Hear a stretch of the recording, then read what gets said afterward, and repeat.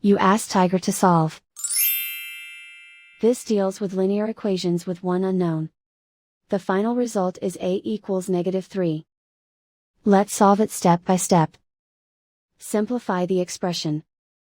Simplify the arithmetic.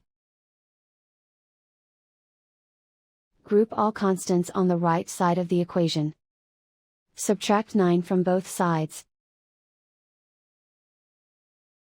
Simplify the arithmetic.